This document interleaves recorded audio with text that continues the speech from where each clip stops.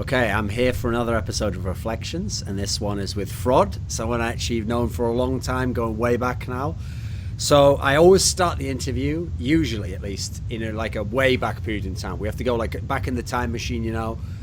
So here's the thing, when I first heard about fRoD, was you were already an invite player, but people have to understand, back then, being an invite player, there was still quite a few teams in invite, and if you were at the bottom end of invite, okay, maybe you're a player who could go to some lands, but usually nothing was expected of you, you know. Unless you were up there in the top 3 or 4 teams, no one expected anything of these players if they went to CPLs, etc. And actually, your first CPL experiences, obviously, they weren't that good, you know. You're in GB, you had some teams that were like, they weren't that great. And Yeah. everyone will remember when things really started to pick up for you was when you joined this United 5 team. Now, leading up to that period of there, believe it or not, this might sound strange to anyone who watched your career, but everyone thought, as a thought of every good player, if you're good online and you're good in invite, but you go to a LAN and you do badly, I mean, you can probably guess what people think. They think you're an onliner, right? That's what everyone thinks, especially if you're an AWPer, because there's nothing more annoying than being really wrecked by an AWPer, and then if you see he does bad online, you think, right, that's it, he's obviously online or he cheats. Or did you have a battle with this in your early days? Oh yeah, man. Every day. I used to get you remember SoPug? That was like the super invite 10-man thing that, you know, you'd have to get your name some way, somehow. You'd have to get your name on a voting list, and then that way, you know, people would change the topic on RSC to get invited. I probably got declined more times than I can count. You know, people used to call me a cheater all the time. You know, I'm from Miami, and where we played tournaments was always in Miami, South Florida. We never really ventured out and went to big tournaments. So people always thought that because, you know, you're just from Florida, we didn't really get much credibility in like the major tournament, big tournament type scene. So that was a constant battle. But I knew that I always played well on LAN at like small events, and people around here, you know, played well too. It's just we didn't get credibility from where we were from. So that was always making things difficult. When you joined that United 5 team, people might not realize that team, okay, yeah, 7th place isn't like winning the tournament or whatever, but to finish top 8 at a CPL back in those days was a big deal, especially for a team that was an unknown team. And what people won't remember about that team is that really almost none of the players were known players. Like Hare was vaguely known, you know, he'd been in like a GX team that had done some, like an okay result or something. But the rest of you had all either been in teams that were in invite but hadn't done well at LAN, or just, in the case of some people like Moses, were barely known at all. They were in like the absolute bottom of the barrel of invite, you know. But this team, very quickly, it seems, became really good. I mean, in Cal Invite, you were doing well, and then you went to the CPL, you beat Team 3D, you finished top 8. Like, how fast was the whole thing when you joined United 5? How fast did the team get good? It was actually pretty instant in a way, because Trip was the best player on DOF, and he was like a strat caller. So he blended in beautifully with Hare and Hare's mentality of strats, hardcoreness, and Hare was on Gamers X, and they were doing things, you know. So then Moses was obviously Hare's protege.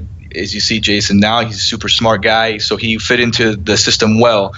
And we decided to come up with our own play styles to, like, you know, focus some certain picks around me, but also having like strict strategies and focusing really on teamwork. And we kind of came to the conclusion that it didn't matter who was our 5th player or how we were going to make things happen, because as long as we had good strats and playbooks, things like that, in a time where nobody was doing that, we were going to set ourselves apart.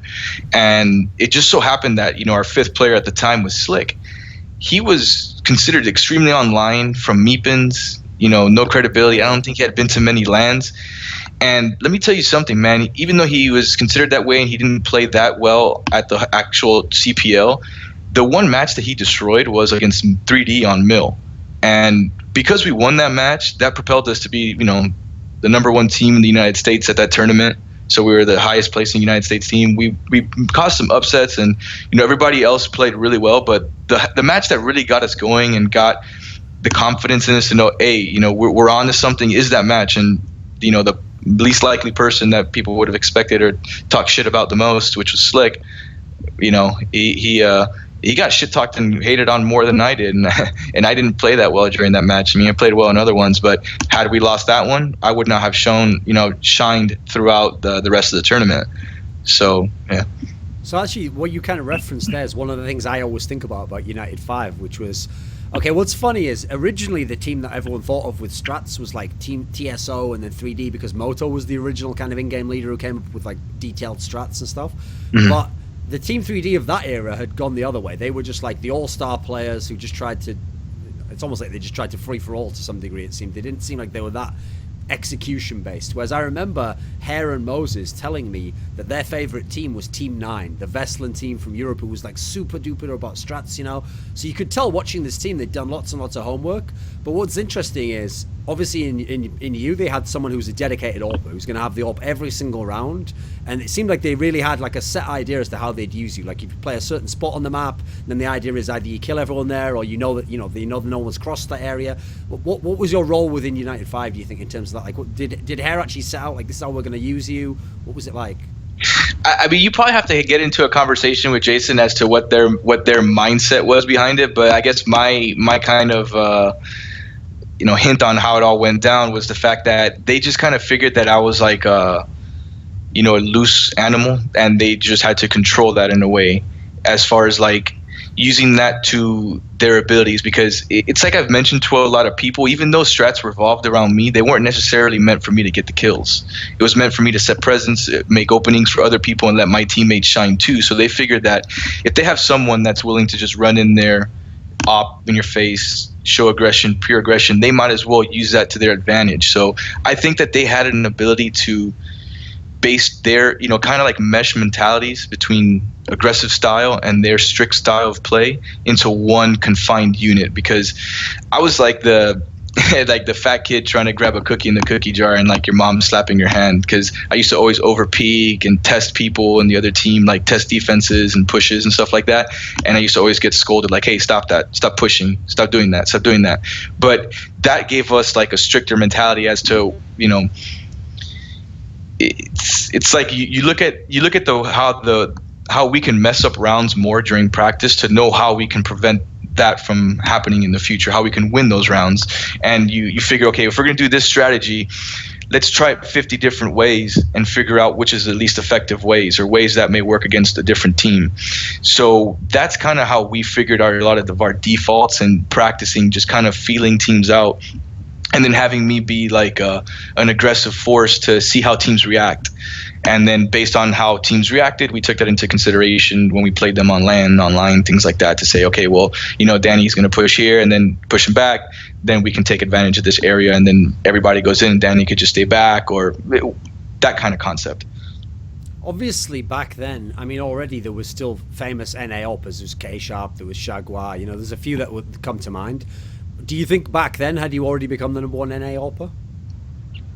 In U5, I would think as probably skill-wise, I was probably up there. I don't think that I was the very best instantly, because you got to be a part of a good team, man, to shine. So even though maybe I was one of the top individually skilled oppers and players, without getting the respect, I guess, at the time, I wasn't going to be the best or be where I was at if I wasn't going to be on a top team that was dedicated to neutralizing the enemy. Like if I went against ksharp, maybe at a point in time he was better than I was, or I was better than he, pure skill wise, but I got the upper hand on him a lot of the times because my teammates set me up for that.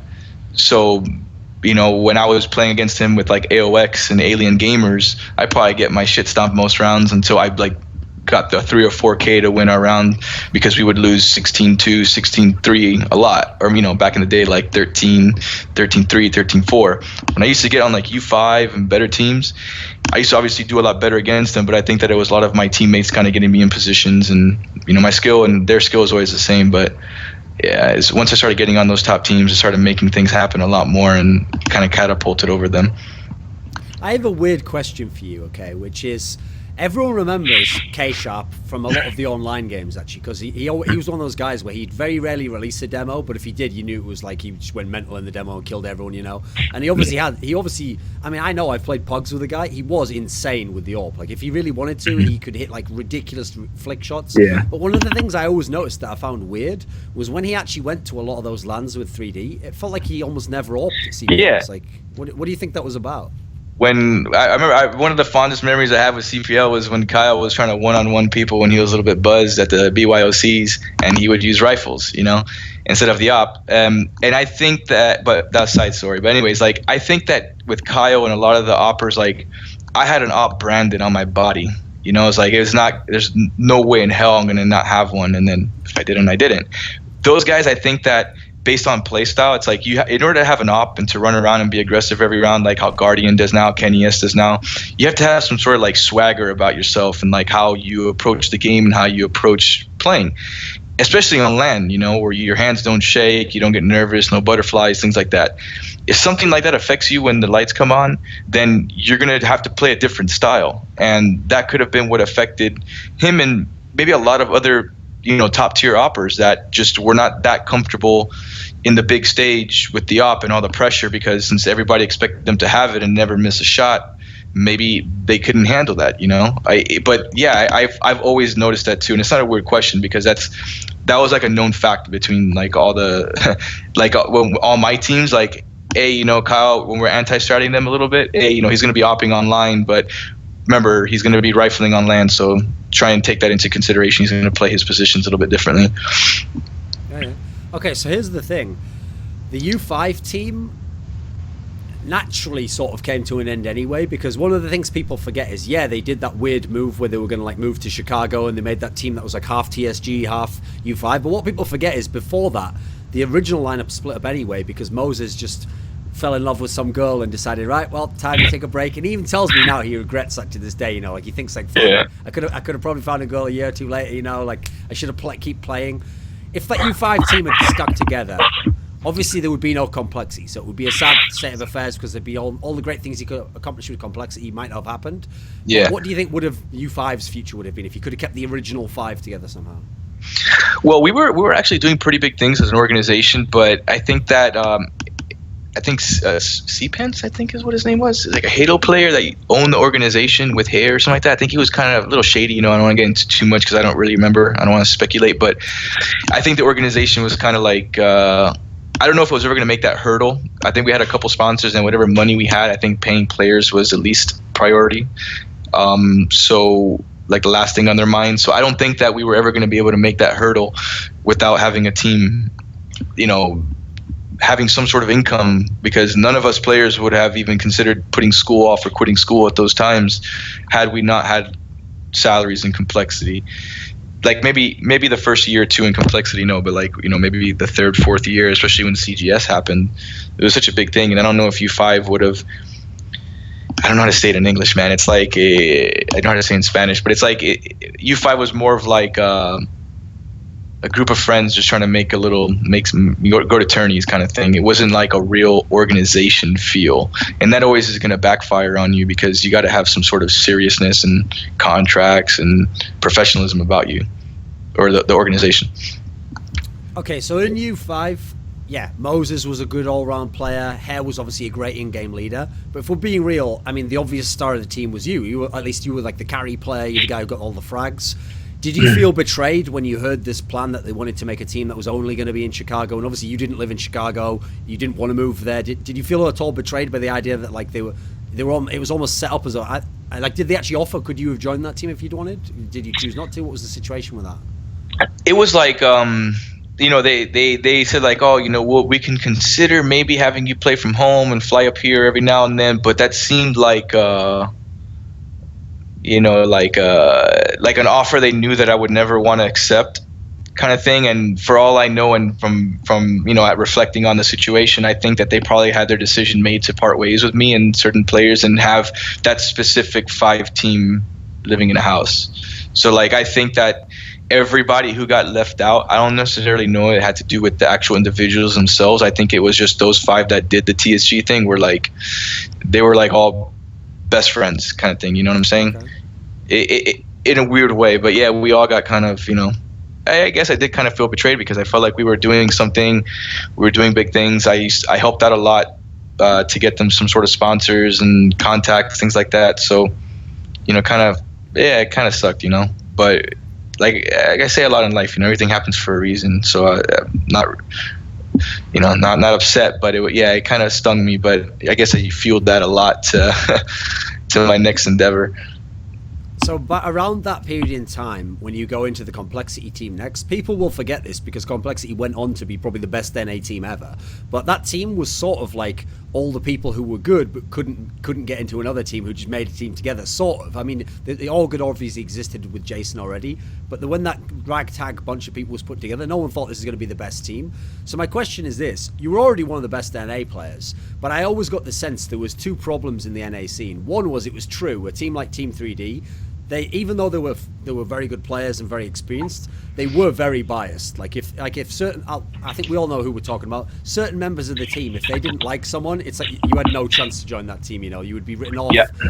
But one of the factors that would play into that is if anyone ever dared to talk shit to certain members of that team, like trash talk in game or do anything, they would hate them forever. Okay, it was just the way some of those guys were. Yeah. Like, from what I remember, you like some trash talk. You like to talk a bit of shit. You like to get going. Were you a cocky guy back then? I don't necessarily think it was being cocky. Remember, I used to get shit talked a lot, and I used to have to always defend myself and say, dude, what the hell is your guys' problem? So I always figured out that, you know what, if these guys are gonna treat me like that, if I'm gonna make it to the top, and when they're, you know, it's like that Mike Jones song. It's like, back then they didn't want me, now I'm hot, they're all on me. So it's like, that's like a lyric that he has. So it's like, I'm gonna tell, like, okay, so when I get to the top, I'm just gonna, you know, let them know what the fuck is up as often as I can, and not necessarily talking shit. Like, it's all in competitive nature, you know. It's like, I was looking at something the other day, you know, Kobe, like the Kobe Bryant things. Like Kobe Bryant, when he played against Pau Gasol, USA for Spain, he ran him over, and they were teammates. It's like, in the heat of competition, there's no love, and you don't cross boundaries. You don't talk about people's, you know, moms. You don't talk about women, like the girlfriends, things like that. But you talk all the shit you want in game, especially like, wasn't like aggressive, but it was like I think it was a lot more like being defensive about myself. I mean, obviously I was immature and I shouldn't have defended myself, but a lot of it was reactionary, you know. The thing is, though, some people who trash talk, they don't just, like, there's one element where you can do it to an opponent. Like, if you know someone's a bit shaky online, you can fuck them up a bit. But I always get the feeling a lot of people who trash talk do it because it's like, it gets them going, you know. Like, they want to have some, like the person you mentioned there, Kobe Bryant, he wanted to have a reason to think that, like, I have to destroy this team I'm playing against now. When you played against people when you were coming up, and especially when you got to the top, if you played against, like, the Team 3Ds or Shagwar, for example, he's another person who likes to talk some trash, was there a little something extra there? Did you really want to specifically beat those guys? Oh yeah, and that went along with every single person. My hit list was huge. I had a huge one, man. Like, I really just wanted to take all those guys out all the time. Everybody that gave me a hard time, I wanted. So I mean, think about it. Every time I played any scrim, when I was in complexity, anytime we played a scrim, there was at least minimum of one or two guys that pissed me off, I guess, on the other team.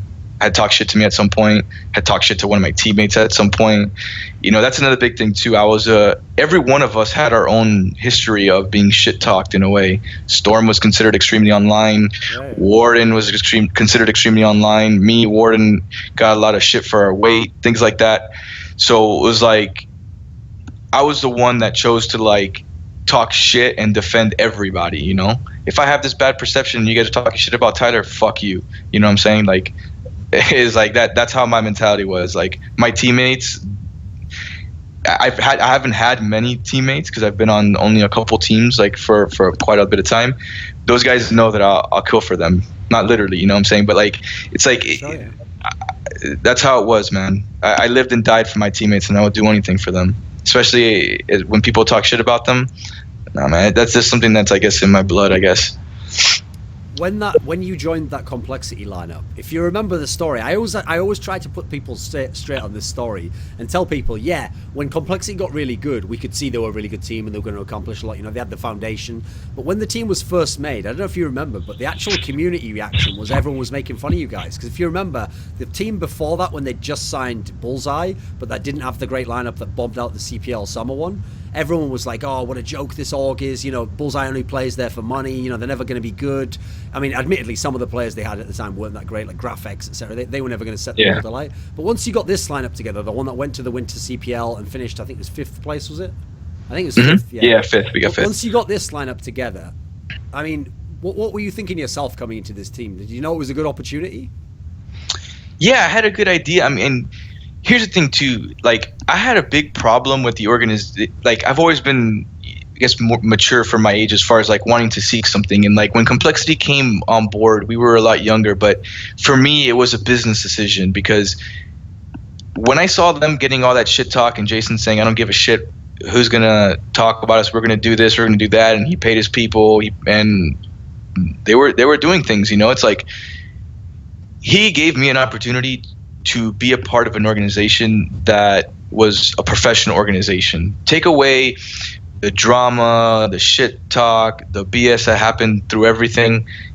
It's a professional organization. It's an actual business. You get what I'm saying? Like, and that was something that I wanted to have going into that. And I knew that with that mentality, the sky was the limit, because if they were releasing people, getting people, it's like every season he was constantly cutting someone, getting someone better like that. So I knew that if we joined the team, I mean, look how it was. We went through only like, 2 or 3 major roster changes in Complexity, but it was all about winning, man, bringing home championships. And if you couldn't cut it, and if you didn't have the right mindset or mentality to play, sorry, man. Like it's like football, it's cutthroat, and that's something that we needed.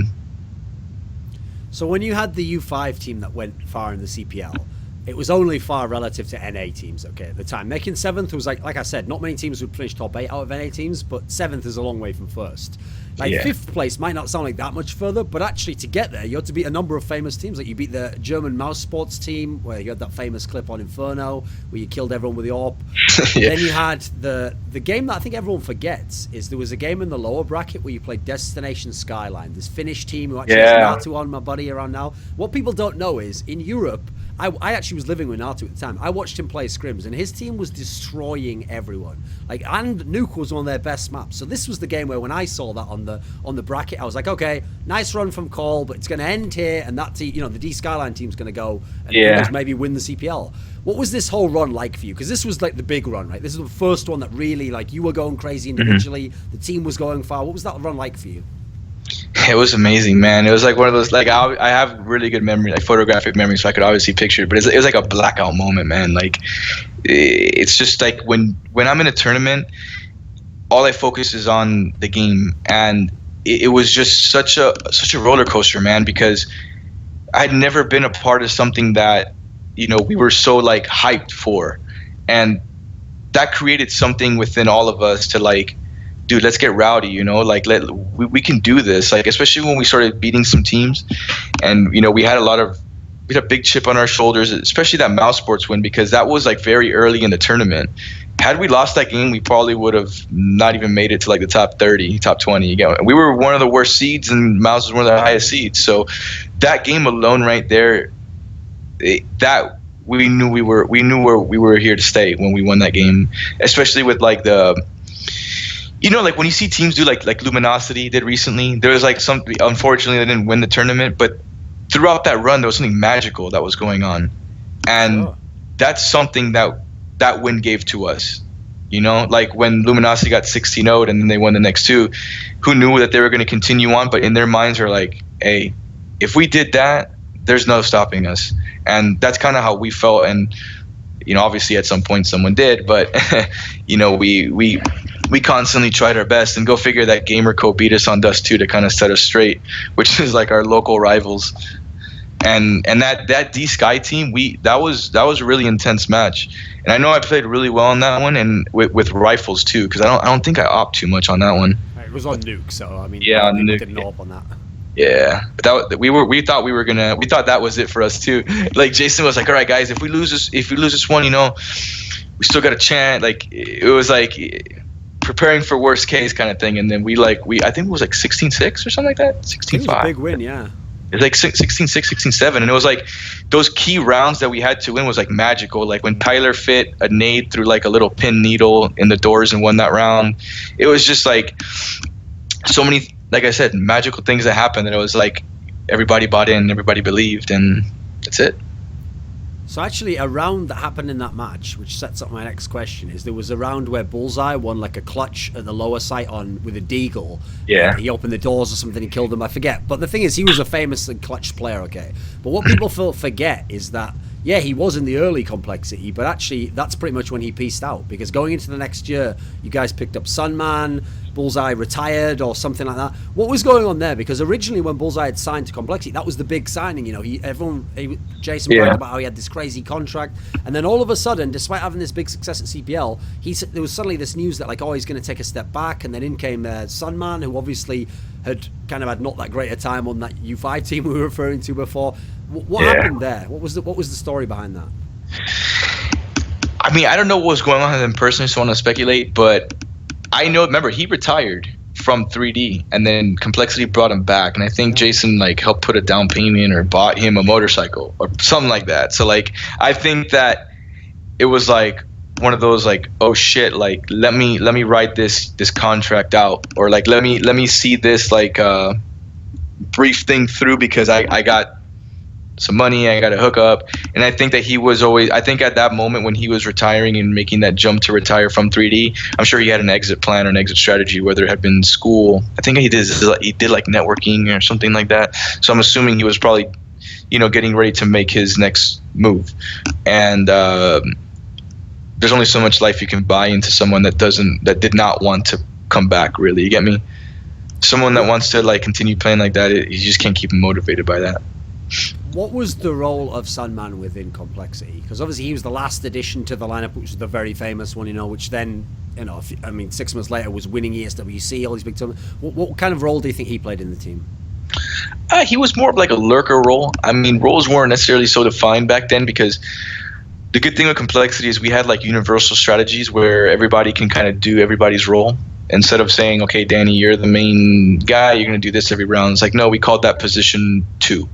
And this was 1, 2, 3, 4, 5, and everybody knew what it was. So Justin was he wasn't the type of, I don't necessarily think, aggressive player that we were looking for, because we already had Storm, who was like a master lurker, and it's hard to have 2 guys like that. So I think Justin being a passive player never really worked out to the team, because we just had a lot of people that had a passive element to their game. So adding someone who had that was not really going to suit us well. Okay. One of the things I have a question about in Complexity, okay, so whenever I looked at that team, I never really looked at Trip and thought that he was like a mastermind tipping gun leader. He seems more like someone like, okay, he set the table of the strats, and you had like, you didn't have the most in-depth strats, but you had good players, and you had the right roles set up as you kind of described here. What I always wanted to know was, though, since he'd also been in U5 with Hair, was there any takeaway from that? Like, did he pick up anything from Hair that were applied in Complexity? Was there any kind of like spirit of U5 in that sense? Yeah, of course. That definitely was. And the good thing is that since TSG kind of had a similar foundation, not as good as us, they had their own little thing. It was very receptive when we did that little merger, I guess. And the way that like Hair and Trip, what I will say, because obviously, you know, a lot of it was kind of secret back then, was like those guys weren't like masterminds of strategies. Those guys were good strat callers, if that makes sense. They know which one to call. And we as a team, I mean, they took the charge in forming the strats and being like the team leader, if you will. But we all had a role in making strats. I mean, we would say, okay, tomorrow everybody bring 1 T-side strat on Dust 2. And we'd all have to write one up, and we'd all have to submit it, and we'd all see which ones work out. We'd all break them down. You know what I'm saying? Like, so there was an element of we all as a team produced those strategies. If I had to guess, I would say between Trip and Ward and Storm probably brought a lot of the best ideas and strategies. You know, we even had some that were so crazy that we were like, we have like 2 or 3 strategies that are still to this day that we never ran, that we kept in a back pocket for like a major tournament, that they were crazy ones, like planting bombs on the old mill and blowing them up from underneath, like, but different styles and stuff like that. So yeah, like it was, we all put in work to make the strats, but it was their job to lead the team to victory. If that made sense. Okay. So when like Complexity, yeah. I guess to put a sports reference too, they were like the quarterback that had like the microphone or like the free will to kind of call their play, okay, but they don't make the plays. You get me? Right. So it's the system they're a part of. So in that year, 2005, the team quite quickly became one of the best in the world. I mean, you had the second at the CPL Spain, and then obviously at ESWC, this was like the crowning moment. You won the major, and this was a huge deal for an NA team at the time. It had been a number of years since 3D had won that CPL, like year 2002, so this is 2005 now. When you won that major at ESWC, and everyone said, right, okay, now Complexity is the best in the world. Like, what was the significance of that? When remember, a couple of years before, you were the guy who was like 64th at a CPL, you know. Now you were, in theory, the best team in the world. Yeah. What was that like? Mind-blowing, man. I still see some videos and to this day, and I get chills. You know, it's crazy. I can't really explain how it all, like, it's one of those magical things, man. It was fate that it was supposed to happen and how it was. And I know we were all so damn happy. That was such a badass thing. That was probably one of the best. That was the best experience I've ever had in my CS career by far. Yeah. Is there like a game or a play within that tournament that stands out as like a key one, or like this is the one that made you think you're going to win the tournament or something?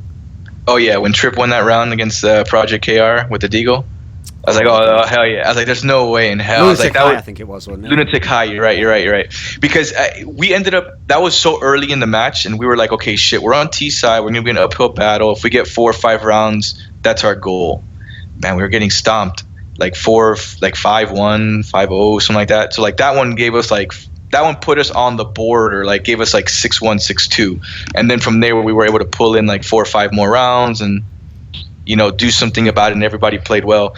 But I would say that was the biggest round because that was the semifinals. Winning that one, we knew, okay, if we're here, okay, we're going to win this next one, because we got our asses kicked in CPL Spain in the finals, and we didn't want to go out like, I think we lost like 16-2 to Mouse Sports in CPL Spain, 16-3. We got it. I mean, it was the first finals we were ever in on an international stage, and we just got the floor wiped with us. So, you know, we were like, we're going to make this happen on the next one, which is, it's funny because it was with SKDK, which are the people that are, it's like some of the old school players from back in the day that are starting to make comebacks now, or close to. When you went home after this win, one of the things I remember that was actually quite interesting was around that era of time. Okay, in the early days of Cal, a number of the teams who were the super good ones, X3, 3D, they'd had like streaks, you know, where they'd won a whole bunch of games in a season, and they had like, you know, like 14-game win streaks or whatever. Back then, it really was, because there weren't so many LANs, it was like a prestige thing to win all your online matches and kind of keep like the people who were rising up below you down.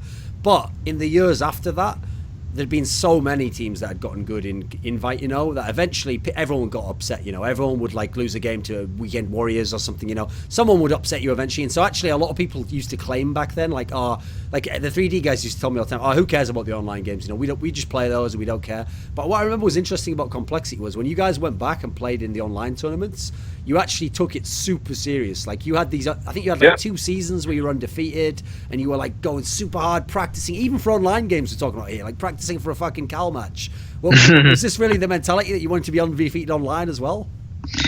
We knew our goal was to be the best team, like on LAN, and win championships, but we knew we had to set the tone. And when we became the best team in the world after winning ESWC, we said, like, we had the mentality of, okay, if now we're the best and look how hard we worked before that, we're going to have to work twice as hard now to stay the best. And, you know, we're like, okay, well, it could be easy to just go into a tournament, win a major, become the best, and call it a day. You know, cash that in. But the problem is busting your ass and working hard to stay number one, because that doesn't come without hard work. And that's something that, you know, while 3D was getting paid salaries to play and they were just screwing around, cashing their money, doing their thing, my salary, me getting paid might be my job. And regardless of what I do, you know, my job is to work hard. I get paid for that. You get me? I value my time, and Complexity was paying me, and our whole team we all respected that. We appreciated it, and that was what was expected of us, and that's what we gave in return. He expected us to practice hard and win, and never never give up, and always be playing and always be practicing and trying to be the best in every match, scrim, no matter what. That's what we did, you know. And he got really fortunate that he had players that had that. We were appreciative of that, and we did not take what we had for granted, and we did what we were told. So one of the few moves you did make in complexity in terms of the roster was towards the end of 2005. You had this move where you cut Sunman and you got in Exodus, the guy who'd been on Gamerco and Rival. Yeah. And it was only for a short amount of time, but that's because it didn't go very well. Like those tournaments were the ones where you lost to 3D at the NA lands, and I mean, obviously, when you'd been on top of the world, to lose to your domestic rival is going to be a big deal. And you went back, actually, reverted the change. You went back to Sunman. What was the decision like to actually remove Sunman? What was the thinking there? What were you trying to do? I think he was going through some stuff at the time, and I don't think he could be as dedicated or as focused as we needed him to be. And Derek was somebody that we all liked as a person and was a good player, a good teammate, and we really wanted him to succeed with us. But I think that there was a lot of pressure put on him. Jason kind of like, hey, man, this wasn't bringing the results that we wanted. We're bringing Summy back. So it was one of those like executive decisions to kind of like, I think that management maybe had the mindset of, okay, Justin learned his lesson, let's get him back, and this experiment wasn't working out. Just because you're friends with somebody doesn't mean that, and you like the person, that they're the right fit for the team. Sure. So when you got the team back together in 2006, early on, some interesting results I want to talk about. So one was you played in this tournament. It was called the GGL/clan-based TransAtlantic Showdown, and what it was like the GG America Cup was like the North American competition that you and 3D played, and then they had the Euro Cup where Mouse Sports played SOA. I think it was SOA. There were two teams, and then the idea was the winners of each got to play each other, and it was like Europe versus North America. So the team you played was actually Mouse Sports, that actually had Element in bizarrely, because it was the one season where he went to Germany on his travels around the world. If you remember, he was he was a player who just hopped from team to team. He's a nomad. Yeah, he's an interesting guy. So this was obviously an international win. You got to play against this team that was a unique setup. It seems like actually in your career, Mouse Sports is like a constant name that pops up, that you played against. What do you remember of this tournament? Man, it was just it was brutal. I mean, it was one of those tournaments that I thought that was very innovative, if you will, because it brought continents together. It allowed the best two teams from each location to kind of duke it out.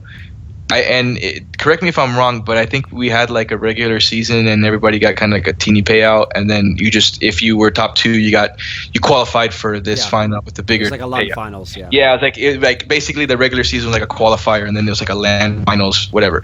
But that I thought that was like awesome, man. Like we're gonna step into a little tourney with 4 or 5 teams and 4 powerhouses, and we're just gonna duke it out, man. That was innovative at the time, and we loved that. So like that's awesome.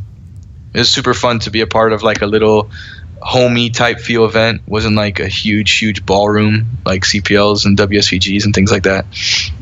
So another thing that was different about Complexity was even when Team 3D had their success, a lot of it had come in North America, okay? In fact, a lot of the North American teams, famously, they would usually be at their best at a CPL, that would be in America. Like, yeah, 3D had like World Cyber Games and stuff. Eventually, they'd gotten that stuff together. But there was this huge tournament in 2006 called WEG Masters. And the thing about it was the gimmick was first place was $70,000. And that's crazy, man. That's like, I think it's still the most for 1.6. Yeah, it's like $20,000 for second place. Yeah. And so, unfortunately, you guys played awesome. You had a great individual tournament. In fact, what I remember about that tournament was all the star players went crazy in that tournament. Solo was going crazy for his team. Yeah. Jungle was going crazy for his team. You going crazy for yours. What was great was it was one of the early tournaments that used best of 3 format the whole way through. So you really got to see how good teams were. But unfortunately, you finished second and you lost to this Chinese team, WNV. Anything interesting about this tournament that brings to memory? Are you trying to poke the bear, or are you trying to just wonder what you think of it? First of all, the tournament was amazing. Actually, you know what? I'll take that back. When the tournament went on, it was amazing. But we had just gotten sponsored by SteelSeries. So let me give you an insight of how this tournament happened and the whole frustration. We got sponsored by SteelSeries, and we had like a mouse pad signing. So we decided to go to Shanghai like a week early before the actual tournament started. So we flew out there. We started doing the signings. Had a great time. Our minds were blown with the experience. I mean, and then we 2 or 3 days into being in China doing this SteelSeries thing, we're like, okay, in a couple of days we're gonna have to get on a bus and go 3 hours down to Hangzhou. WEG called and said the tourney's canceled. and they're buying tickets for everybody to go home. We're like, what the fuck is going on here? I think us and maybe the Russians had got in there, so they only had to send like maybe 2 or 3 teams back home. So we got to China 2-3 days later, flew all the way back to the States. The moment I get back on my computer from flying all the way my ass back from China to Miami, Ken messages me and says Tourney's back on. We have to overnight our passports to LA, because we had one-time entry visas, get them back, fly out again. So we basically came back and went to China again, like within a week. And then we got to have the actual tournament. That was cool. And it was probably the most heartbreaking loss I've ever had, losing out on 50 grand prize difference. I think the most heartbreaking part about it was that, we all it was us, WNV, what was Nikon and BSL's team? Oh, right, Catch Gamer. Catch Gamer, and then who was the other team? It was, they were called Virtus Hacker Pro. PK, but they No, were was it? Oh, was it the? Yeah. KR, basically. Virtus Pro was there as well, you're right. There was a team with Hooch and those guys. Because a lot of teams got sent home, so those guys were there, and Virtus Pro was awesome guys. But we went to a dinner afterwards, and there was like a balcony. It's like, I think we were playing like in a stage, right? Like an auditorium. So like the stage was down there, and then the players were like, the players who had lost were like up top looking down. Okay. And I think BSL, Nikon, Hooch, and maybe one of the Virtus guys, Lex, a couple guys, they told us we got cheated. Like, they're like, those guys were cheating against you guys. Like, they were telling us that they were pretty damn sure that those guys had like microphones or like something in their head, someone telling them what was going on. So when I heard that, I was like, bro, just don't talk about that anymore. Like, this is gonna stay here. We're all gonna pretend like we didn't hear this because we lost.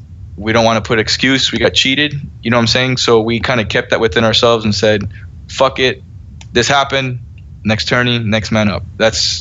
We had a very strong team mentality, but that was extremely devastating, especially to think about it. And, like, shit, okay, we just probably got cheated out of 10 grand a piece because that's what the difference was. I've actually heard something similar. Okay, so many years after that, I did an interview with Real, the Norwegian player, and all he said was, because he played at the 2 WEGs actually where WMV won. He won the one in Korea and then the one in China. Okay, so all he said was, put it this way: in China they were magical and they couldn't lose, but elsewhere they were good, but they weren't the best. Oh no, I mean, we played them at ESWC like 6 months later and wiped the floor with them. I mean, yeah, jet lag does affect people, but you can't compete with that. I mean, say that was actually going on, you can't compete with that, man. It was just one of those things. Like, when we looked at the demos, because we used to always watch our demos after we took losses and stuff like that, and like we saw like 3 or 4 rounds within like the first 8-9 rounds that were like, what the fuck, and we just turned the demo off and said, there ain't nothing to analyze here. You know what I'm saying? There ain't nothing that we could learn from this mistake or this loss. So kind of just moved on, So putting that aside, the negative aspect of that, which is obviously, it's easy to see where you could remember it. The star player of that team, Jungle, was another famous AWPer, and this was the period when he got to have some shine. What was he like as a player, do you think? Really good, man. He was... because when the Chinese teams would play, it's like all 5 of them were extremely aggressive players. So it's always impressive to see like a fellow AWPer who's super aggressive. It was crazy to see him just running around people and taking out my teammates like it was nothing. And people were like, this fucking guy's just running around, just shooting people. It's like that's impressive to see when people can, because to me, I respected people that can play like that online and can play like that on land. Aggressive like that, so I was like, I got respect for that guy just because he could do that. So in the summer part of that year, what's weird is, on the one hand, you started out the summer and actually you had like a mini slump. That was where 3D had their little run where they became really good over the summer, and they like won the Land War tournament, and then they did better than you at ESWC. But then you came back home and you had it actually wasn't a CPL, it became WSVG then, the ISC tournament, the one that you won it, where you had to come from the lower bracket and you played alternate attacks, who'd just done really well at ESWC. Yeah. You must have a good memory of this one, because I remember in the upper bracket they played you on Nuke and they just spanked you. I mean, you actually played very well in the game, but they wrecked your team. And then you obviously had to win 2 maps from the lower bracket to win the tournament. crazy. I mean, I think the only 2 or 3 rounds that we won on that, I had like four or 5 Ks, and that's it. And it was like they were using paras, they were knifing us. So we went home. We beat NOA. I forgot. I think it was NOA. I think it was to get. I forgot who it was. I think it was Fnatic. Fnatic. You're right. On train, yeah. We were like, okay, we're gonna fucking shit on these guys when we play on them tomorrow. We're gonna shit on them.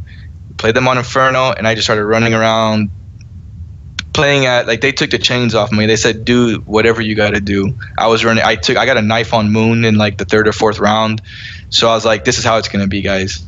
And as you can, like that famous COL movie that they had after, you saw how like we like jumped up for joy and like yelled at them, and you know what I'm saying? Like it was like we weren't disrespectful like that in the game, right? And we were all professionals, all the top teams. So when they started doing that to us, we're like, okay, they think that we're fucking trash. Okay, no problem.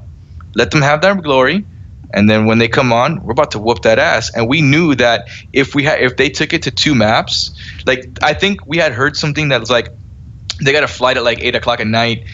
This can't go to 2 maps or else they may miss their flight. We're like, we're going to fucking make them miss their flight, you know?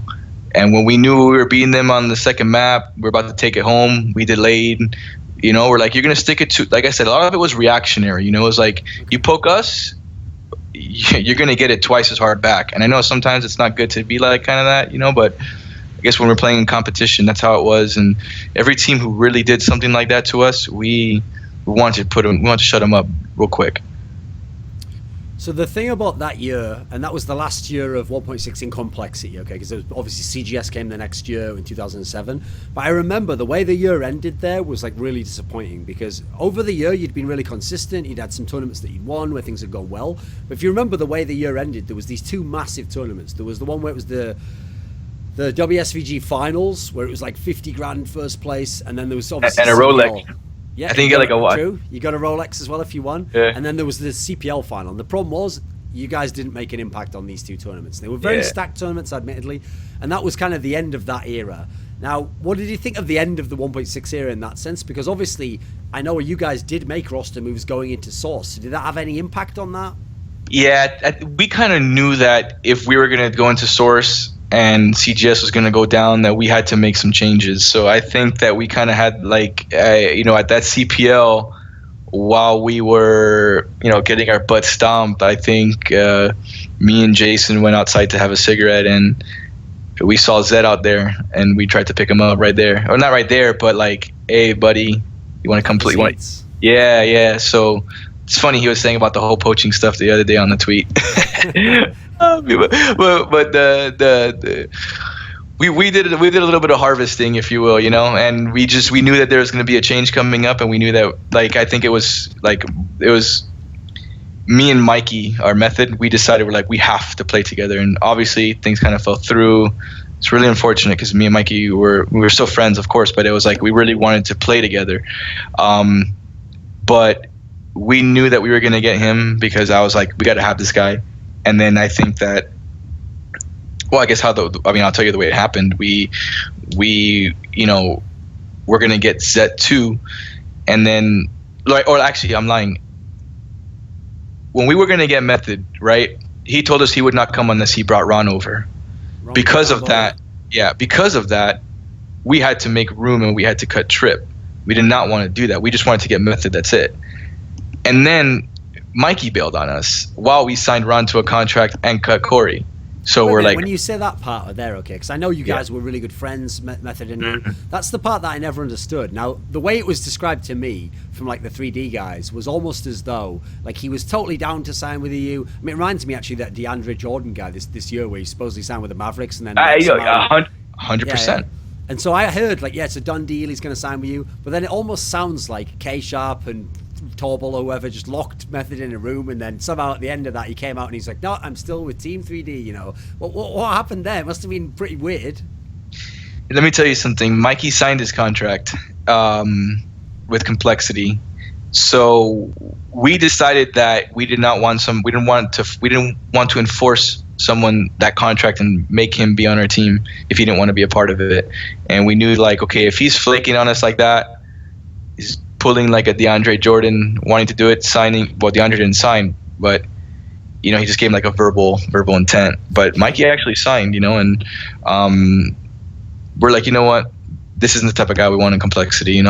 Good guy. We're always going to be friends with him. We were super cool, and nothing that never came up again. But we were like, okay, cool. This isn't the type of personality that we want, like that will fit well in this like super aggressive team, And then that's when we were like, fuck it, who can we get? Oh shit, we have been planting seeds with Zet. Let's give him a call. And then he just so happened to be free of his contract, What people will forget is, okay, it's true because you were going to Source, it wasn't quite as cool as if you'd been playing 1.6 the next year with Zet, but Zet was like the best player in the world at the time. He wasn't just good, he was unreal, right?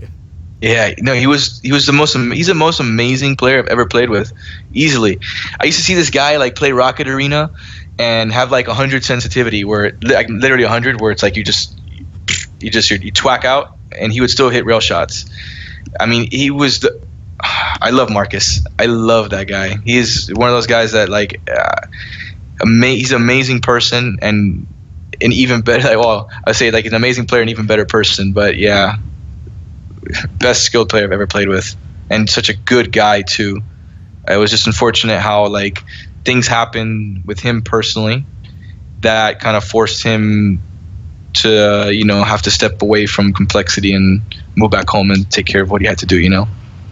So before we talk about the CGS era, I have a question that I'd been thinking of when I thought about doing this interview, which is, one of the things people will forget is, okay, for CGS, that was supposed to be when everyone had made it, right? Now, the teams were literally bought as franchises by this huge TV station that's spending, I mean, if you remember, they spent something crazy like $45 million over the whole league, etc. So suddenly the big money was here, everyone was getting a full-time salary. And your manager, Jason, the owner, especially was one of the biggest proponents of this, being like, this is like the one chance esports has got, we've all got to get behind this. Now I have to say, I do feel like one of the reasons he was so eager, where some of the others, like, they got involved, they had team, but they weren't necessarily like totally gung-ho, is because if you remember the storyline, he'd basically just spent all his own money on Complexity. Like, one of the famous things about Complexity was, okay, even U5 back in 2003 had a sponsor, had like Nvidia that they got thanks to Torbal, etc., and they had people paying to tournaments. What's weird about Jason that I never understood was, even when Complexity is winning ESWC and they're getting all these massive tournament results, it seemed like he never got sponsors. Like it felt like he was holding out for like the ultimate mega deal that was going to be the best thing ever. But he never just got the basic sponsor that everyone else had. And I mean, this is what I'm going to ask you about is, was that ever weird in that sense that he was just paying himself directly, and did it ever cause any friction? Because obviously I think that's why he felt super betrayed later when you guys left Complexity, because to him he was like, oh, I paid all this, but I mean, theoretically, shouldn't he have just gotten normal sponsors like everyone else? No, he tried. I think, there was a couple sponsors that we were in talks with, and certain people that you just mentioned recently, they said, don't do it. And we got screwed. Complexity has a bunch of chubby, overweight guys, terrible images, and I think that a lot of companies just did not sponsor us because of BS like that.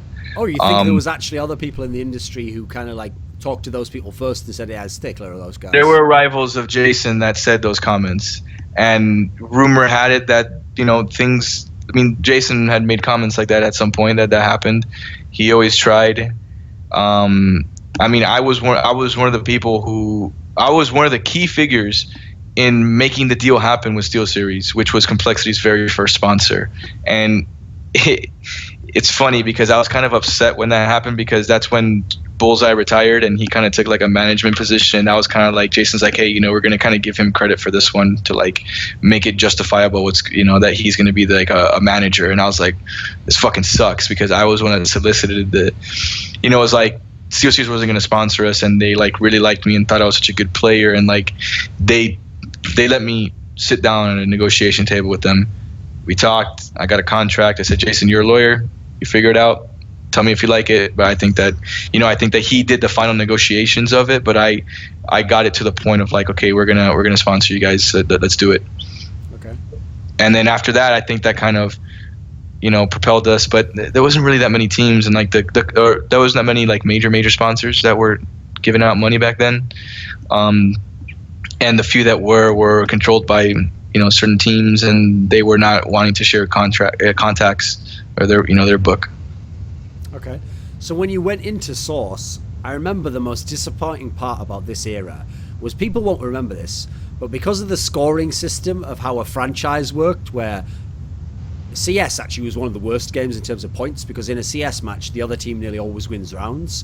Whereas, for example, in a Dead or Alive match, you could play a guy really close, but if you win each of the rounds, you get a clean 5-0. And likewise, the worst was the driving game, because someone always wins the driving game and someone always gets the max points. So, in a way, the scoring system was almost set up so that CS was like one of the also-run games. So I remember for the first season of CGS, your team was actually the best Source team. But you never even got to go to the World Finals for the franchise aspect. You only got to go in the smaller individual tournament, right? That must have fucking sucked. We lost. I think we won like 2 franchise games that year. That was the most depressing thing I've ever been through. We was like, we're sitting here, we're the best team in this game, and we can't do shit. Can't do shit. And that was frustrating, man. It was the most annoying thing. There were certain people that, you know, like I think we had Belle, that was just a terrible decision. And then when she got redrafted, it was like just everybody, let's just chalk up season 2, you know.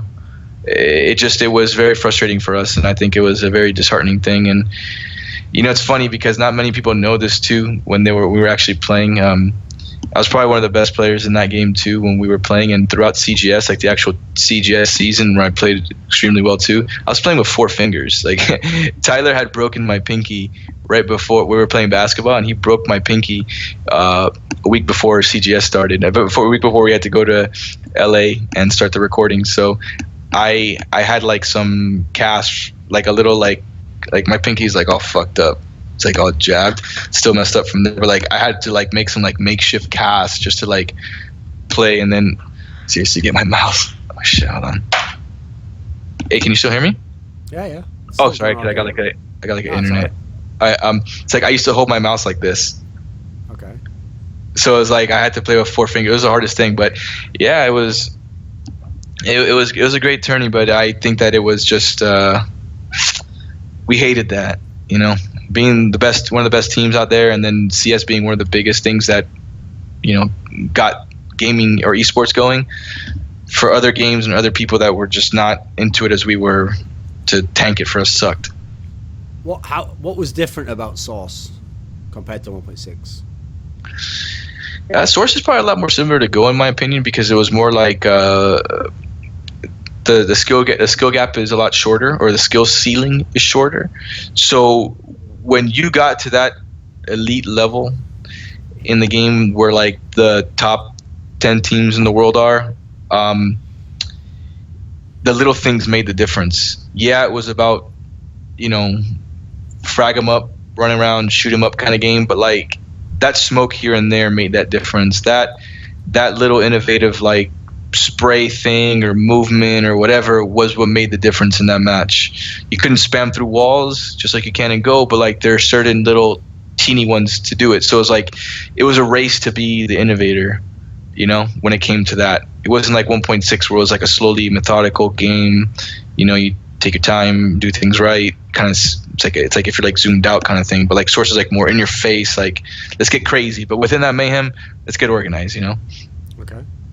So, okay, you touched on something there, which is one of the forgotten scandals, but I wanted to bring it up, actually, which was this idea. Okay, because you have to remember when you mention names here, some people don't even know who you're referring to, so I'll set the stage. Yeah.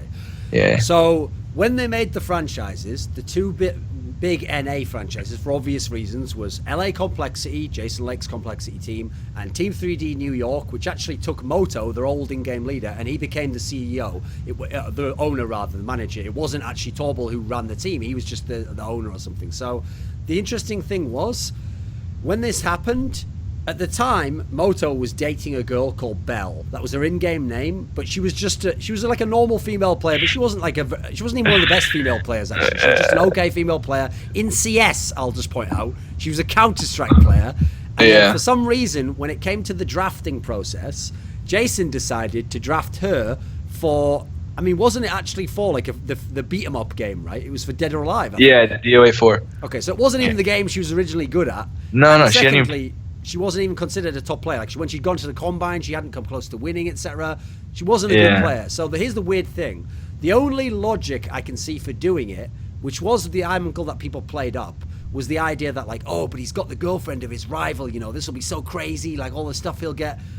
Was that really Jason's decision, or was there like some fuckery behind the scenes where like they thought it'd be good for TV or something? Do you have any idea why that was done? Because it seems like one of the weirdest moves, and especially in a game where, like I mentioned, you actually need everyone in the franchise to do well to succeed. Yeah.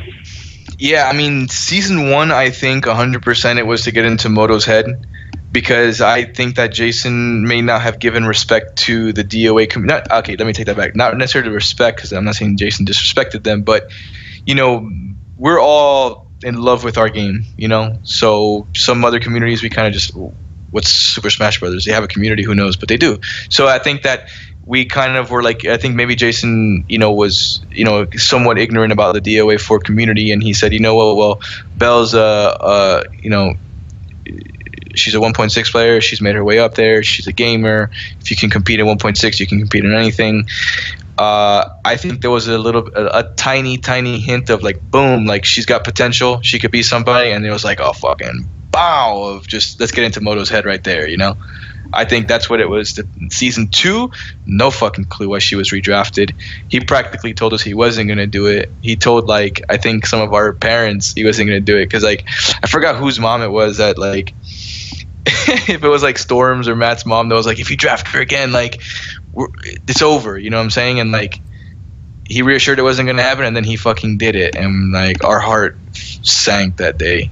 And I don't think I ever cared to wonder what his rationale was for season 2, maybe outside of maybe more potential, or if maybe she could, like, she did play better season 2, but getting 1 or 2 rounds versus 0 and still losing is still a loss, you get me? Yeah. So here's the weird thing. I actually remember because actually it was around, I think it was after season 1 when I actually came to Texas for that week to do the Tau CS guide with Ronald. Actually, I think it was between season 1 and season 2, if I remember correctly. And I remember asking about this, like, jokingly. I thought I was joking, like, you're not really going to draft that Belle girl again. And everyone in the team was like, no, don't worry. Jason's told us that's definitely not going to happen. You know, next season it's going to be really awesome. When he drafted it again, like you said earlier on, because of what you'd seen in season 1, it was reasonable to be like, well, there goes that season then. I mean, it's going to be hard to win now if someone never wins a game. Yep. So, bearing in mind, after CGS, when it all fell apart, you guys actually left Complexity, you joined Evil Geniuses, and there was a lot of drama. Like, Jason Lake came out and he was saying, you guys, like, betrayed me, you didn't give me time to get the contracts and all this thing.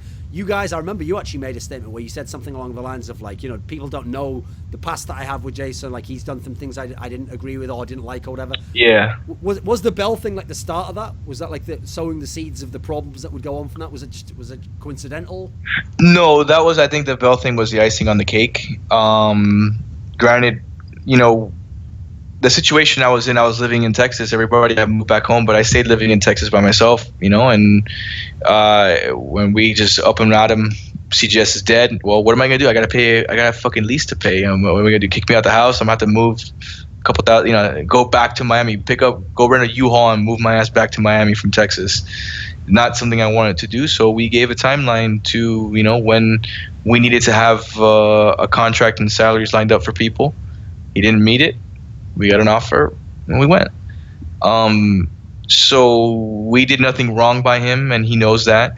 I just think that we probably reacted more. I think he was hurt, and I understand why.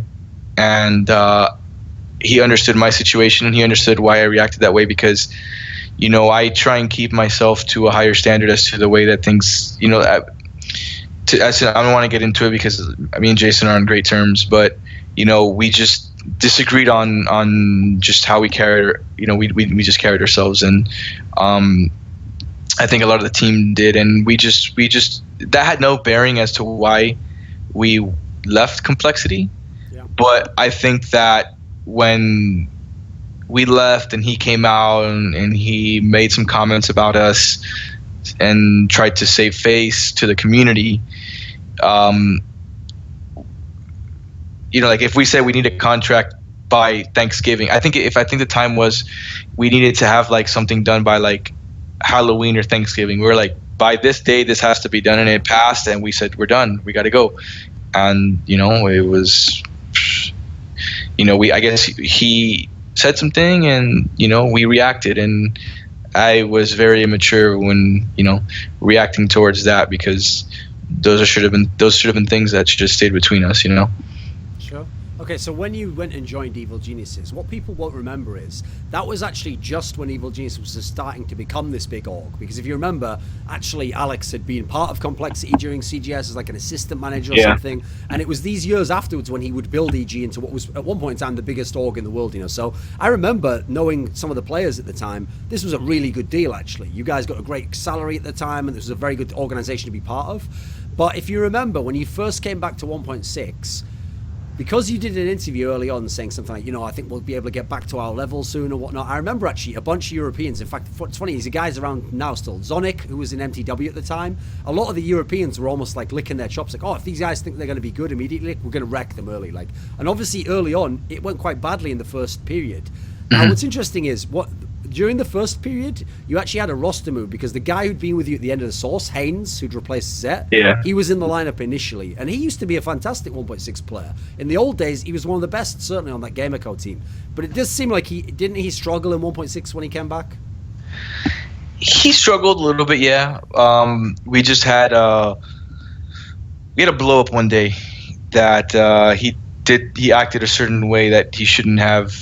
And I think people made a decision, not necessarily me, but I think that some people like Alex, maybe Jordan, they said this can't happen. So it was hard for us, because we played with Corey and we liked him and wanted to make things work, and we knew that he was a good, skilled player, so he can make the transition. Because in the important thing in a lot of these Counter-Strike games is movement, and Corey had one of the best movements in the world at the time in 1.6, so we knew if we can get his feet back under him, he'd be a solid pickup. But I just think that what went on, with like the personal stuff, I just think that it just wasn't going to fly. So in the next chapter of the story was when lurppis comes over and the team gets everything together and starts to become a really good team. But before that, actually, I have a different question that most people listening to this interview have never heard. But I heard that there was actually, before lurppis, or maybe around the same time, that Alex also made a huge offer to Neo. We're talking about like the unreal godlike player, and it was a similar offer, like come to America, play with the team. And he even said to me, like, he considered it. He didn't just like dismiss it, because obviously it's really good money. It's a chance to go to NA. Was this something you heard about at the time? Was this something that could have happened?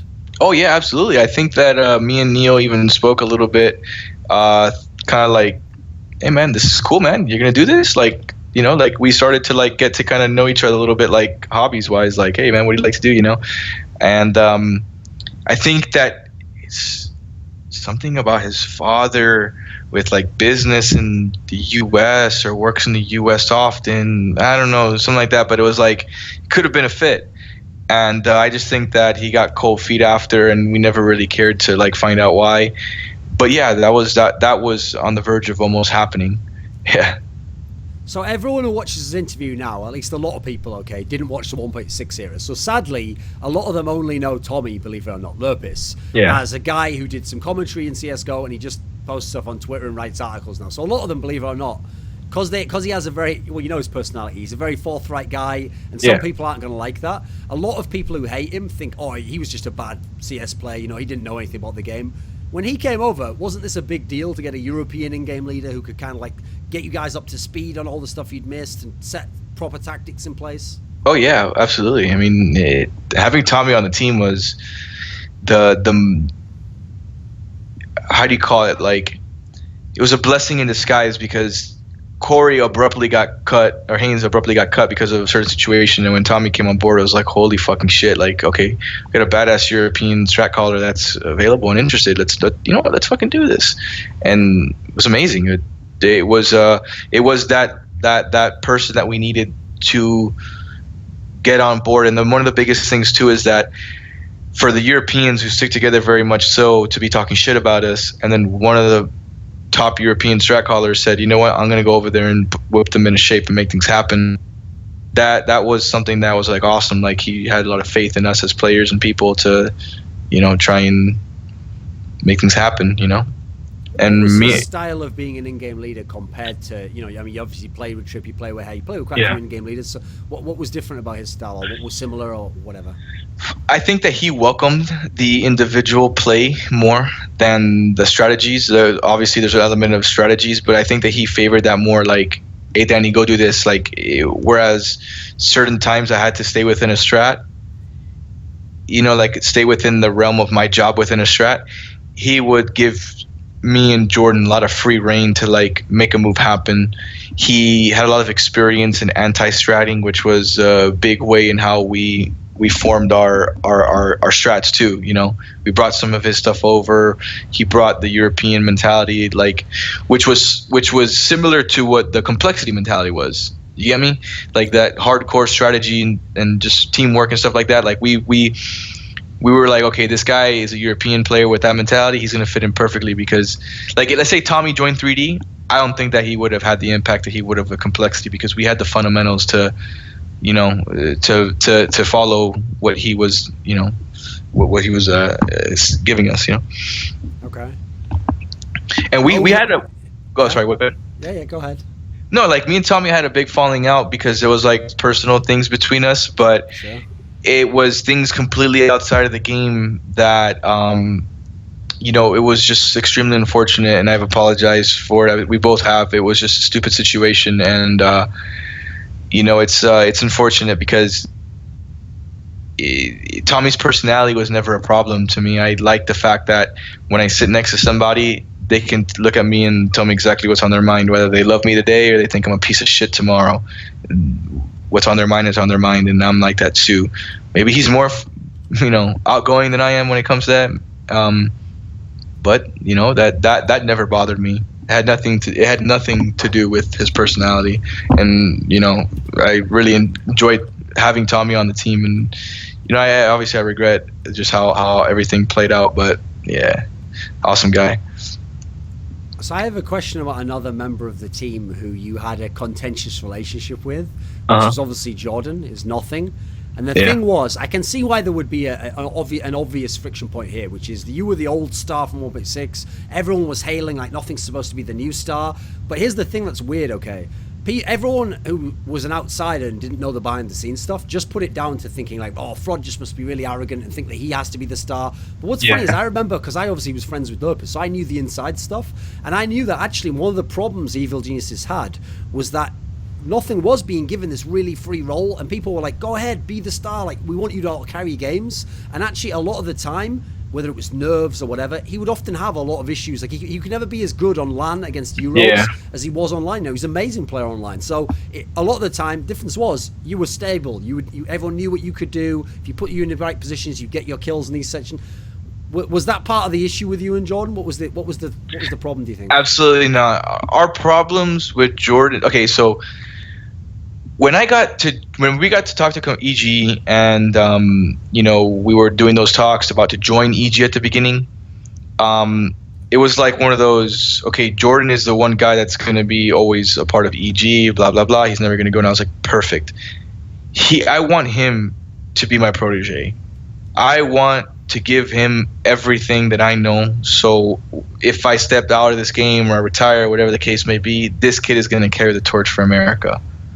And Matt, Tyler, they knew that meant a lot to me to make that happen. And we all tried to do that in our own ways, but especially me because I had that reputation. So I wanted to pass that along to Jordan.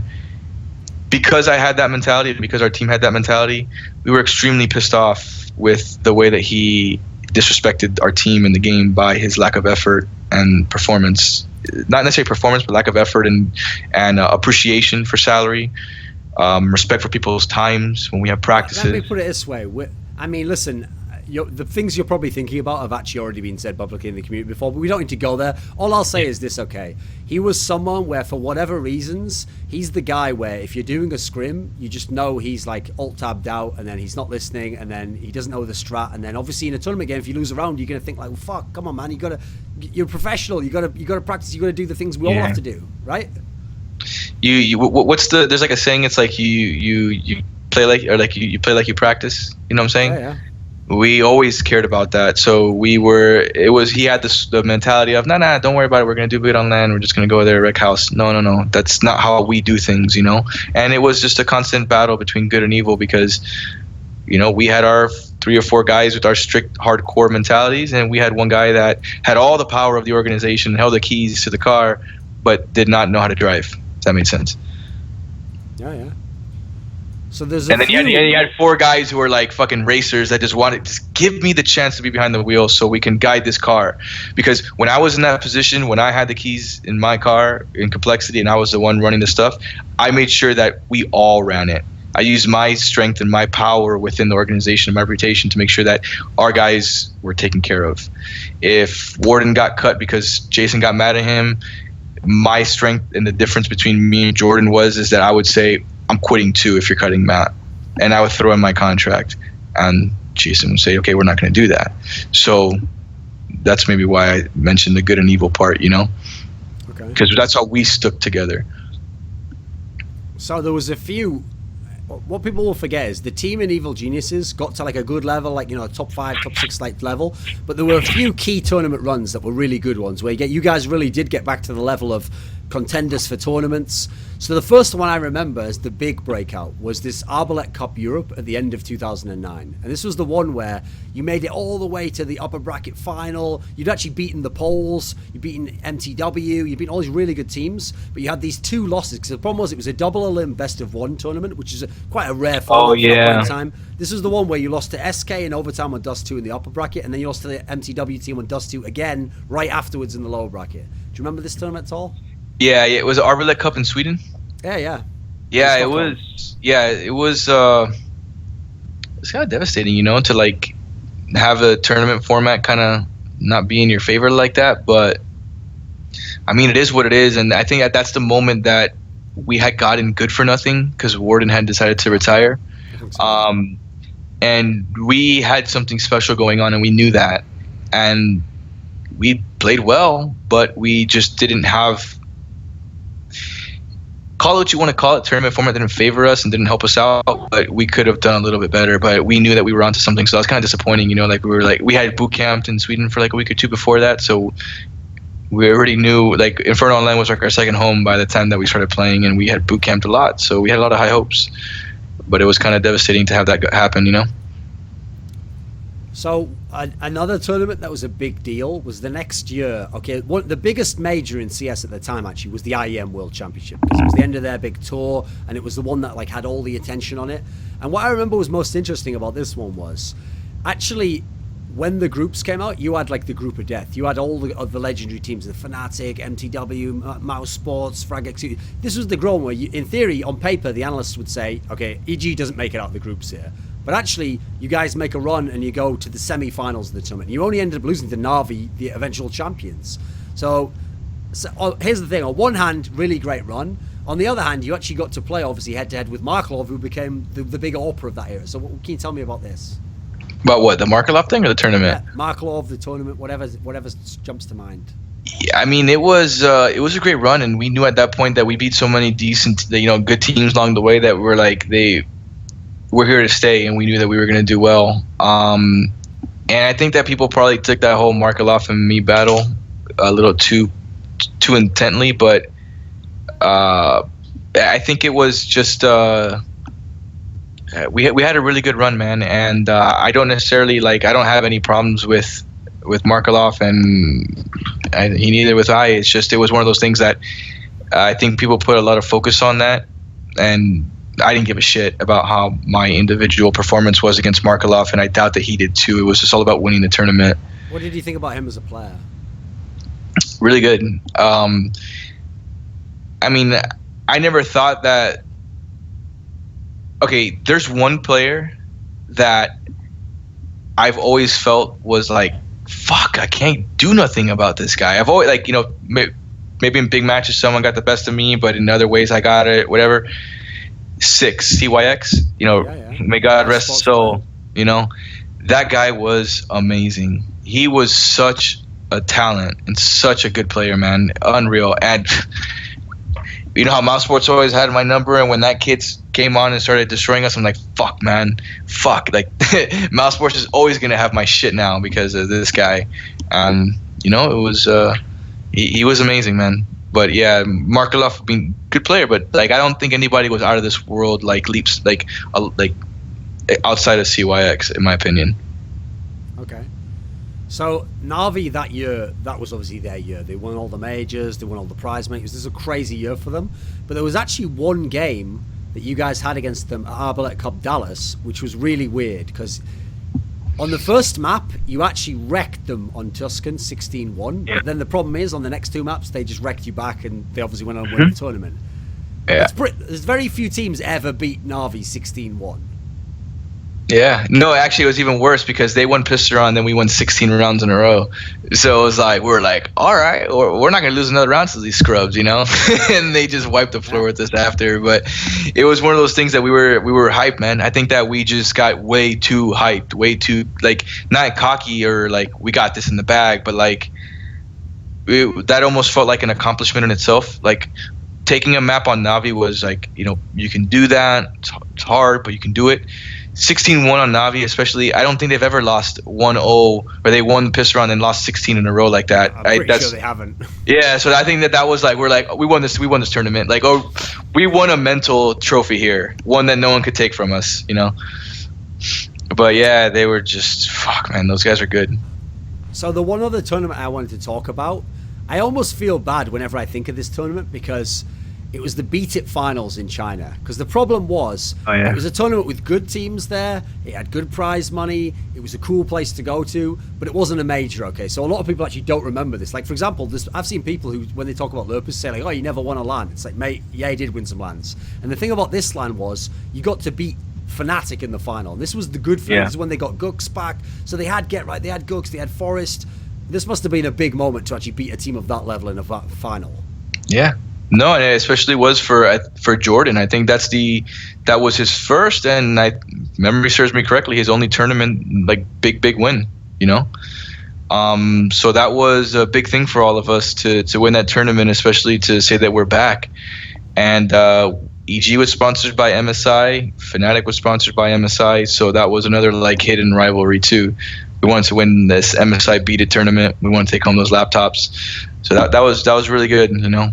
And it was a fantastic tournament. We thought it was really good, and just, yeah, it was good to actually win a tournament and start getting back on it. And plus, I was gonna say, I was like, I think I was growing a fro at the time because I said that I'm gonna not cut my hair until we won a tournament, so I was able to finally slice up that fucking mop I had on my head. So that was another victory too. When you look at your career, obviously the source period meant that you had a couple of years off from 1.6. You played it you played it in pogs and for fun or whatever, but you weren't going hardcore it for practice because you had source on the side. When you came back to 1.6, it was obvious early on, you weren't the same person you were before as a player because you have to get back into the swing of things, you have to learn the new meta of the game. How does the post-CGS fRoD career part, how does your level there compare to the pre-CGS? I think it was almost the same. I just think that I wasn't. I obviously I knew that I wasn't the exact person I was, but if you think about it too, like I had a lot of skill, but I think there was a lot of like magic and clutch that I had back in the day, some nostalgia, you know. And it's like when I stepped back, I think people expected me to win every single 1-on-4 I was in. You know, they expected so much. So I think that there was a high level of expectation.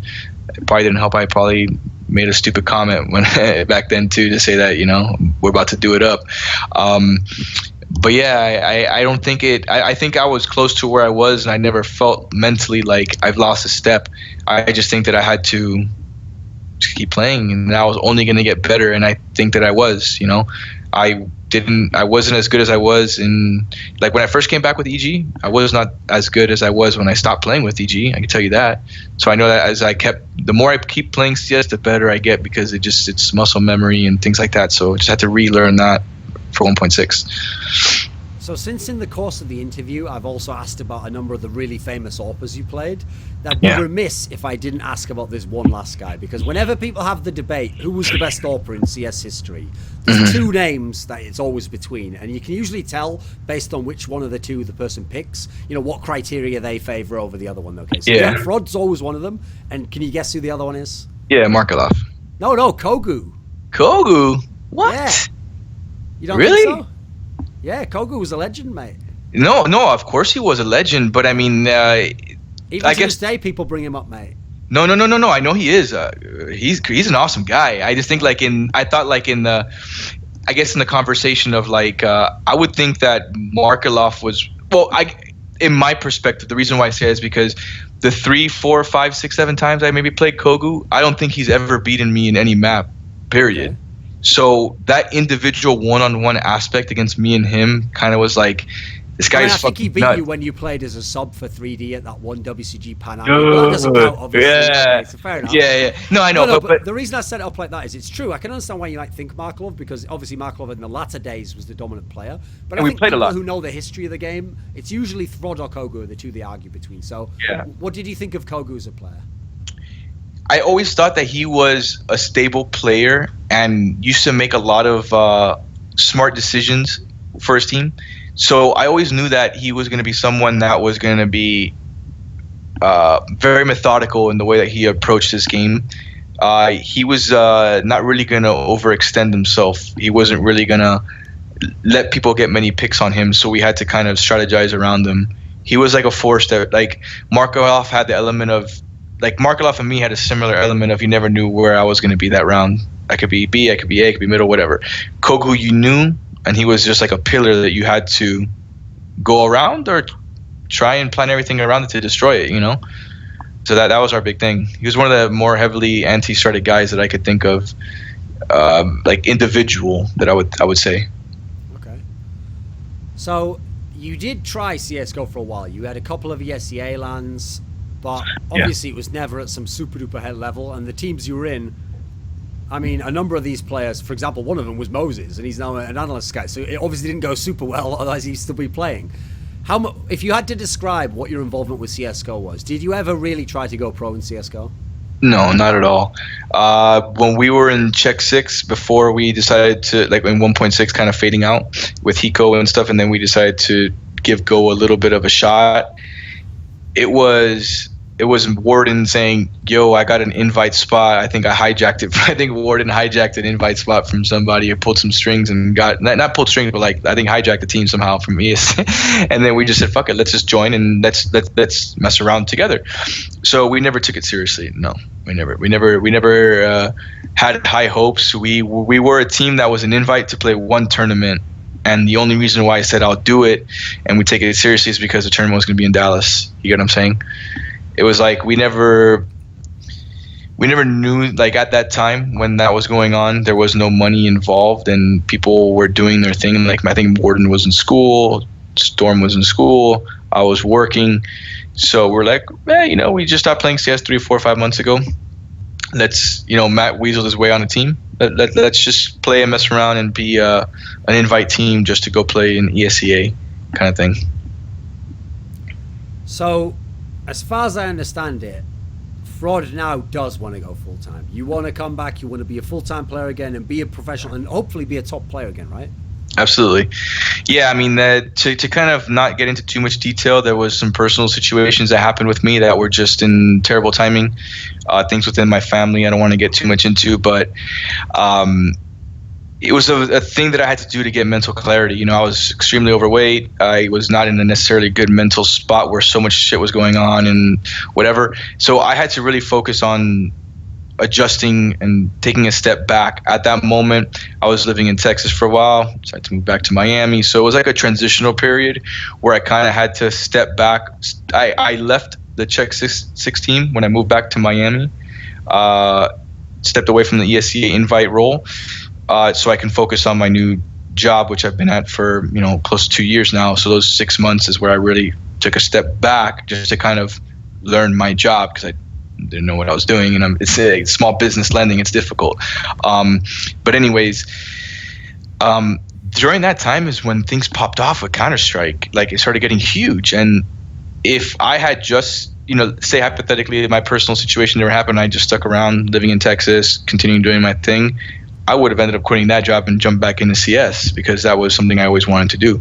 And then ever since, now the timing seems right for me. That's something that I've always been about with timing.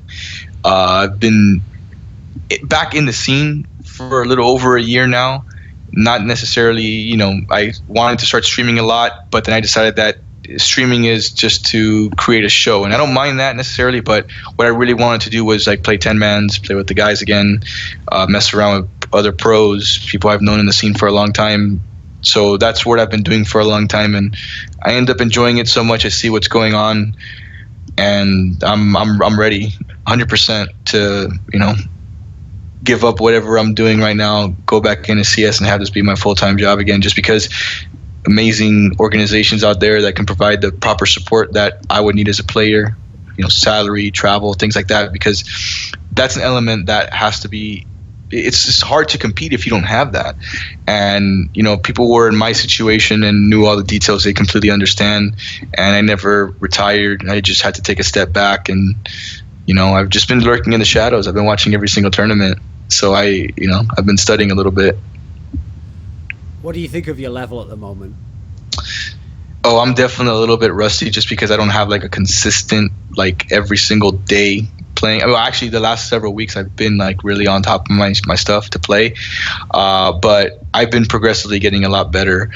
And I guess the reason why I say it's a little bit of rust is because I hold myself to a higher standard. I know, when I play these 10-mans with the pros now, the USA pros, I do extremely well against some of them, and the few times that I play, I get comments from people all the time that they know I still got it.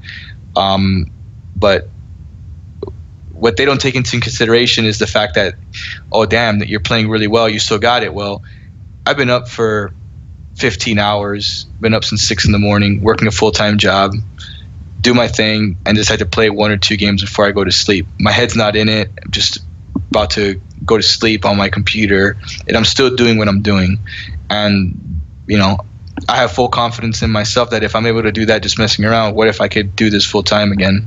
What if I could be playing DMs and this could be my job, where 6, 7, 8 hours a day I'm focused on Counter-Strike, whether it be DMs, scrims, practices, demos, dry runs, whatever.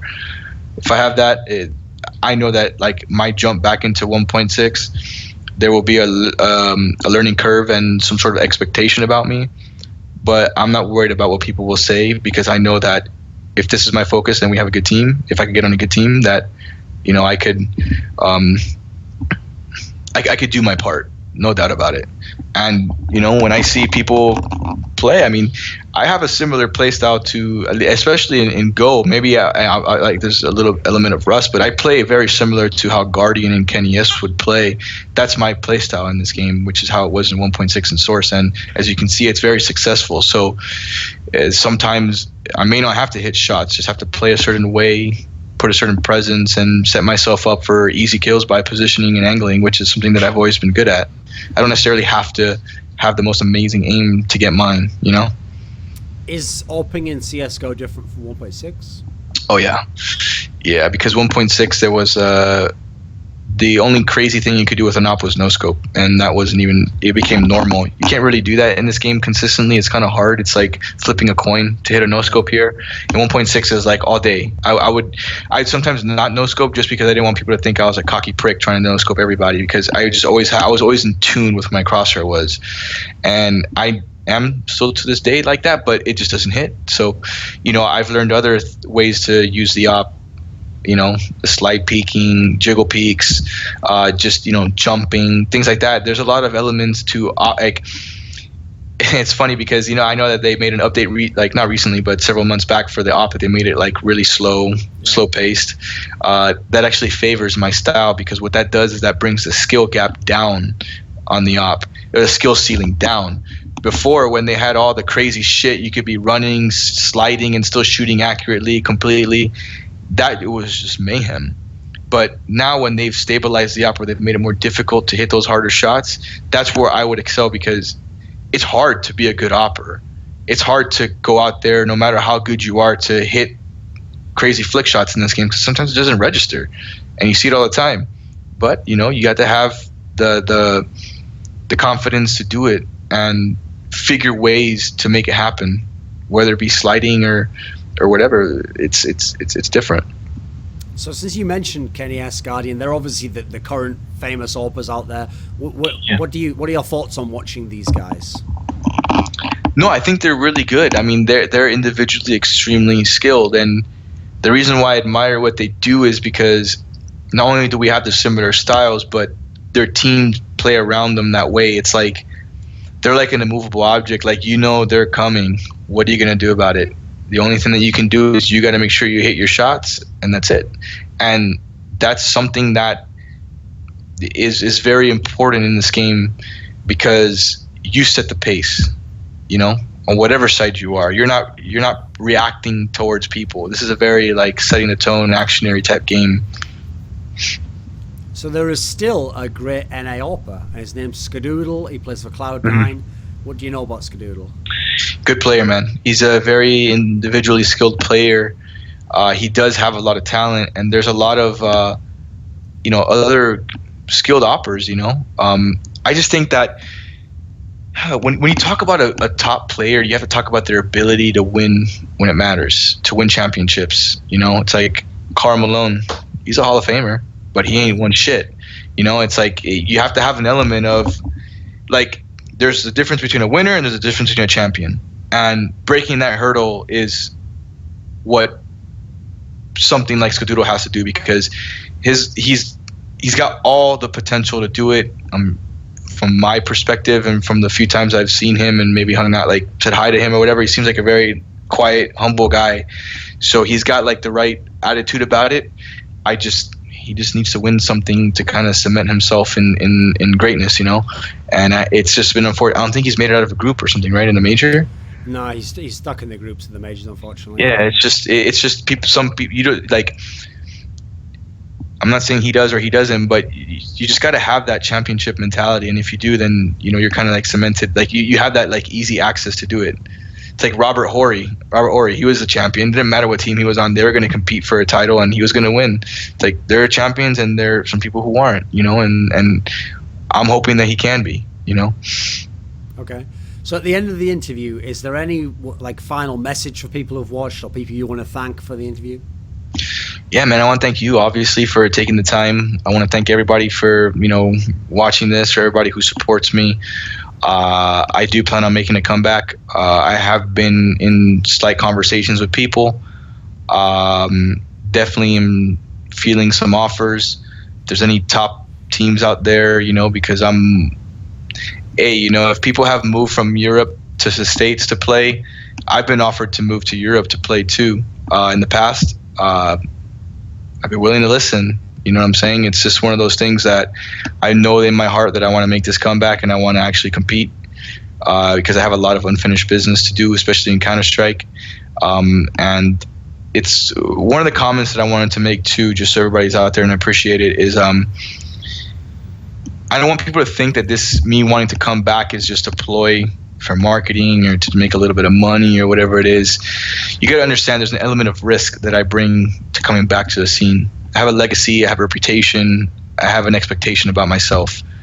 I could never touch this game again, never compete again, and what I've done in my past is going to stay in the history of CS forever. I'm willing to risk all that and my legacy and my name to come back and prove that I'm going to be somebody and I'm going to compete in this game.